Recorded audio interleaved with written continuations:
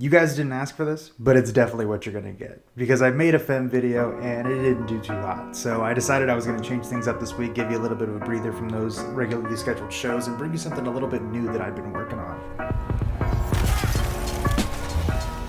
Alright, I'm just kidding. It's not a Destiny video. I am gonna make a Destiny video. I've been working on it, but it's just been getting a little bit distracting.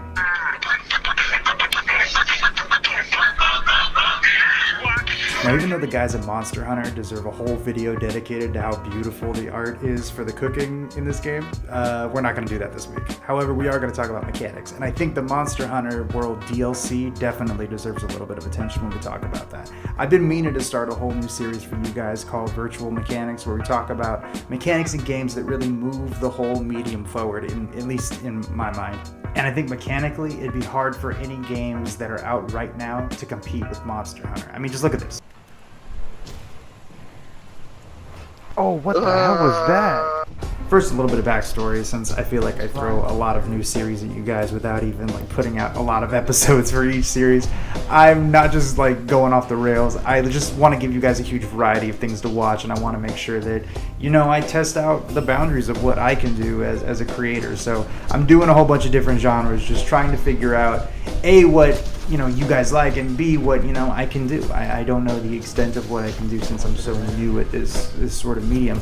So I wanted to make a series based on mechanics in games and really talk to you guys about what I think are important mechanics in games of what can move forward the medium of games as a whole. Like being taken more seriously, or even just asking more of the player. Because I think if you ask more of the player, it really makes the player look at the game differently and give it a little bit more respect and even learn more from it. There's a lot of times in games where when I was younger, I would just take the easy road out, and I never learned any puzzle skills or any mechanic skills.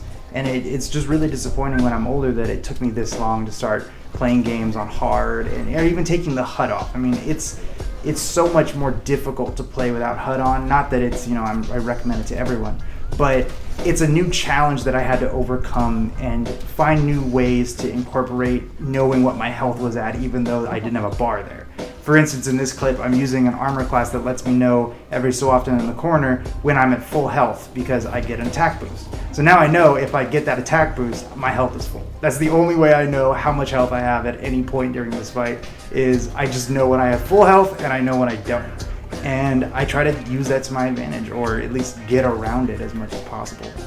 And that's sort of why I wanted to talk about Monster Hunter today, because I think they're doing some really amazing things with DLC over there. Now, it's not really reinventing the wheel or anything. They're just adding new mechanics in DLC. But it's become a lot less commonplace lately because a lot of companies are surviving off of selling cosmetics or costumes for your characters instead of actually adding new mechanics or anything new to the game. Like, sure, if a new Call of Duty DLC comes out, there's going to be new guns in there. But it's going to be a gun at the end of the day. It's going to play the same way. The thing I appreciate about this DLC that's coming out of Monster Hunter is A, these new destructible environments are super cool. They added this slinger, which has so much like utility. You can weaken monster parts, and they just added so many new mechanics that it's like a whole new game. I mean, it's great. I get to learn new things and how to use them and new strategies all over again, instead of just getting a new weapon that does more damage and looks cool. Like, I really appreciate things like that, and I think DLC has sort of lost its way in that respect, and maybe games could learn a little thing from Monster Hunter. It's a good thing these things heal us. No! What the hell? Oh, he just smashed me. If I can sharpen while I'm riding.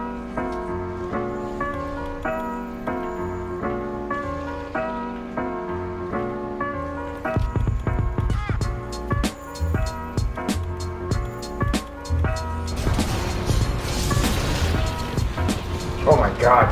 Oh no. Oh no! No, no, no! Oh god! That was so close. No, I was about to. You're able to climb on the side if you make it. Which I barely did. Oh, and I... Didn't matter. Going for a mouse. Oh, it didn't work, but I broke a horn. Oh, I didn't even break the horn.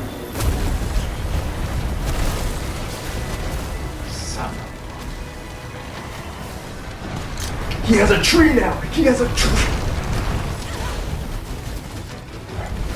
Oh, this is way worse than what he was doing before. Now I'm not trying to trash other games. I like Destiny a lot. I've been playing Destiny a lot, and I think you guys are actually going to enjoy a Destiny video pretty soon. I'm working on something, but I need to get my character up to a higher light level in order to even do the raid or anything else that I need to do. And that's sort of why I made this series, because I've been playing these games a lot, and I kind of am starting to see why games get boring, or why they get monotonous, or why the grind just becomes too much. And it's because of a lack of variance. I mean, the more you play these missions, the more boring it gets. I can practically play a couple of these Destiny missions in my sleep at how often I've done them, just trying to grind for better gear.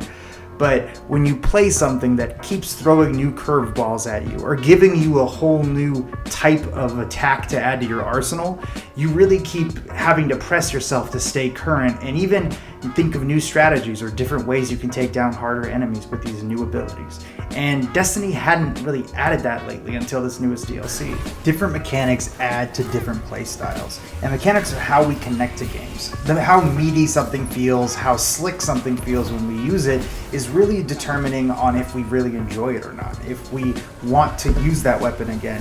Even if it's not good, sometimes I use weapons just because they felt really cool. And that's just a simple, easy way to define if a game has good mechanics. And that's something that a developer had to feel and then try to put into a game, which is kind of hard to quantify. It's not like graphics where you can say, oh, this has 720p or this is 1080p. This is a mechanic. This is something that's either good or not good, whether it helps the game or it hurts it altogether. And that's really easy thing to mess up, if I'm being perfectly honest, because some mechanics are so ambitious that they mess up the game, or they're just too overwhelming for the player and they get turned off.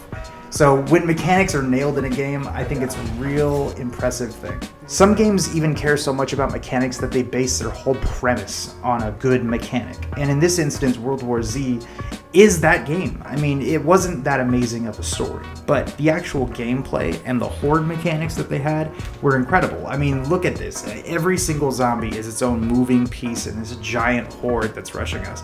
And each one has its own aggro and special moves. They can dodge bullets. Like, it's really impressive to see some of these things just react to the way that you're moving, even though there's so many of them on screen. The game itself wasn't incredible, but they mastered this mechanic, and I really enjoyed it for that reason.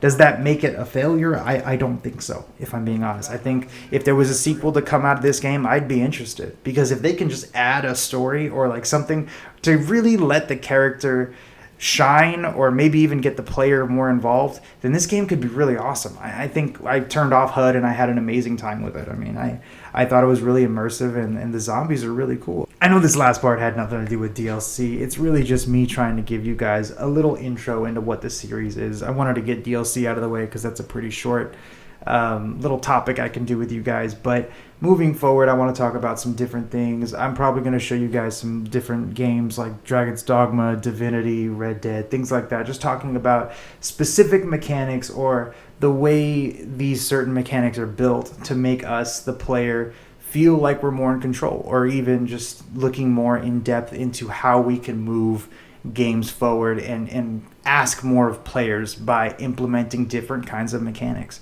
And I've got some examples already that I have pulled in my head. But if you guys have any examples that you want me to use, maybe even some games you want me to look into that you think have great mechanics, let me know in the comments. I mean, I'm happy to try these things out.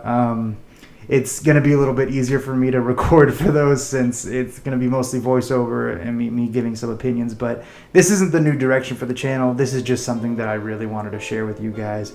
And I hope you like it. Like I said, let me know what you guys think.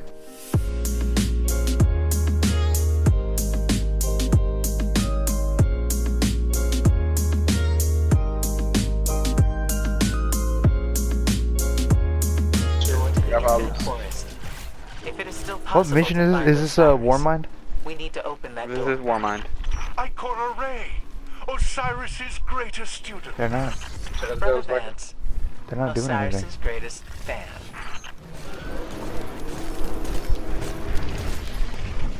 I think these Let's dudes are go cool. on. Let's go. Yeah, these dudes are cool. Also, I don't think. Oh! Oh, are they on our okay. side? Well, where'd they go? I don't think this is the way we're supposed to be going. Is it I think not? we're all dead. Oh no! No. No. Oh, No.